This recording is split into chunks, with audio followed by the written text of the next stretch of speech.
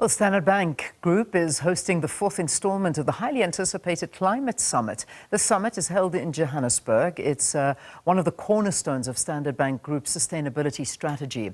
The summit will feature a series of dynamic panel discussions exploring critical themes at the heart of Africa's energy transition. To talk more about this, we are joined by Standard Bank Group Deputy Chief Executive, Kenny Fihla. It's a pleasure to have you. Good morning to you, Kenny. Thanks so much for your time. Good morning, and thanks for having me, Liam. So we know that Standard Bank, it's a very big event for the bank. It's hosting its fourth annual Climate Summit today. The keynote address is going to be delivered by our very own Minister of Electricity and Energy, Dr. Josianso Ramakgopa. Talk to us about this gathering and what you're hoping to achieve by having it. Well, when we started the summit 4 years ago, it was in recognition of the fact that climate change is real, and Africa will be one of the continents that will be most affected by the climate change. But the African voice was missing in the global dialogue. So it was intended to provide a forum where Africans, business, government, policymakers, NGOs can engage with the view of saying, how do we mitigate the risk of climate change, and how do we ensure that we can have appropriate adaptation? More importantly for us as a financial institution was to also encourage our clients to deal with the challenge and help them transition by providing finance. And we have been having very, very good conversations, and good initiatives have emerged from that in the last 3 years. So we hope to continue with that process. In terms of, there certainly are recent media reports that have indicated that South Africa falls short when it comes to climate aid spending. When we look at Standard Bank, obviously the biggest bank by assets in Africa, what is your view on this, and what needs to be done to rectify what's going on? The amount of money that is needed to allow not just South Africa, but Africa to transition is massive. It is estimated at something like $1.2 trillion. And that is a huge amount of money. And the capital is not adequately available within Africa or within the continent. From a Standard Bank point of view, we've committed to mobilize about 250 billion rands up until 2026. This is a 4-year target that we set for ourselves about 3 years ago. We have already raised about 130 billion rands, which we've mobilized and are supporting various initiatives, ranging from solar panels to wind, to battery storage, to also supporting companies to also install their own decentralized energy initiatives and to transition. Clearly, there's a lot that government needs to do. We are happy that the policy environment has been opened up and is increasingly becoming easier and much more predictable. The speed, though, of rolling out these initiatives need to be a bit quicker. We hope as well that the conditionality as well as the funding that has been promised by the developed world will start flowing into South Africa. We are also encouraged by the stability that we are seeing in Eskom. What is required now is the massive rollout of the transmission infrastructure so that renewable energy projects can connect to the grid, and those areas that have the highest potential from a renewable point of view, i.e.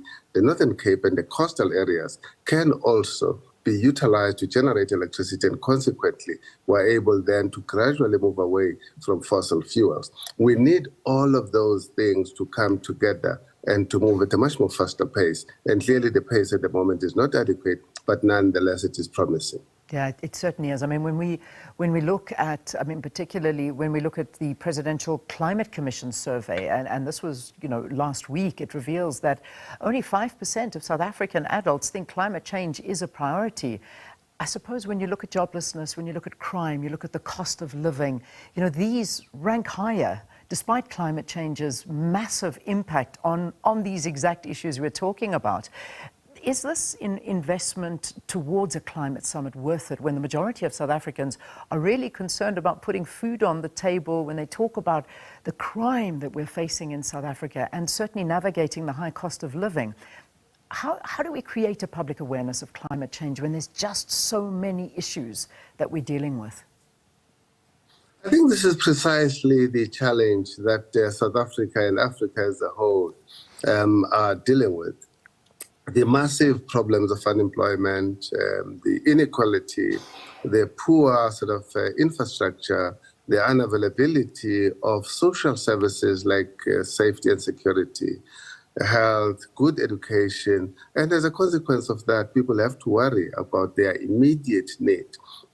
What am I going to eat tonight? What will I use to sort of make fire, and how will I cook the little food that I have? And to talk about climate change, it sounds to many people like we are talking about something that is way too distant, that does not relate to their immediate problems and challenges. But we have to embrace climate change as a reality, because we know for a fact that the people who would be affected the most are unfortunately the most vulnerable, the poorest, and the marginalized, irrespective of the fact that they may not see it as an immediate challenge. It is something that as leaders we have to deal with, because its consequences are so dire, particularly for poor sort of people. Africa is arguing for a just energy transition. And the word just is particularly important because it says we're not just dealing with moving away from fossil fuels to sustainable energy sources, but we have to do that in a manner that provides energy to people in a sustainable and dependable way.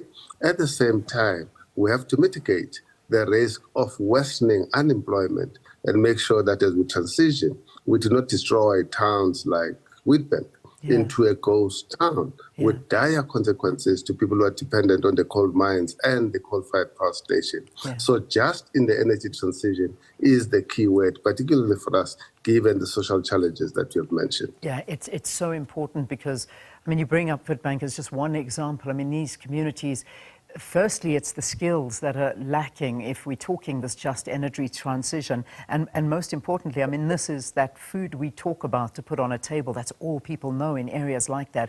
But I want to just quiz you on something, because I find it quite informative that in this latest Human Sciences Research Council, they did, in partnership with the Presidential Climate Commission, a survey, and basically what it highlighted, that there is a need for a clearer understanding and communication around this term that we're just talking about, just energy transition, to ensure that widespread support and engagement is experienced in South Africa. Perhaps maybe we could take it down to basics. What exactly does just energy transition mean, and what does it mean to the lives of ordinary South Africans with the benefit in mind to this? I think we sort of, the debate around energy transition initially were polarized between those who thought that there should be absolutely no investment and further money spent on fossil fuels, i.e. on coal-fired power stations, on gas, as well as on oil. To those who said, no, we can't transition because we're dependent on these things, people's lives would be dire. What the just energy transition suggests is that it is neither nor. What we rather require is a situation where we acknowledge that both of these arguments are actually valid, but we have to do it in a manner that is well managed, that is balanced, that takes into account the social impact, i.e. dependability and availability of electricity, the economic impact, job creation, ability to protect people's livelihood, and if anything, allow the reskilling of people who would be affected by the decommissioning of coal-fired power station, repurpose our old petrol and gas stations, make sure that other forms of fuel and energy are available to be able to substitute fossil fuels as we move away from them, and do so in a manner that is well managed whilst moving as fast as the circumstances could allow us. If we do it in that manner, it actually means in the medium to long term, ordinary people should be better off, because there should be far more security with regard to electricity. It should be cheaper.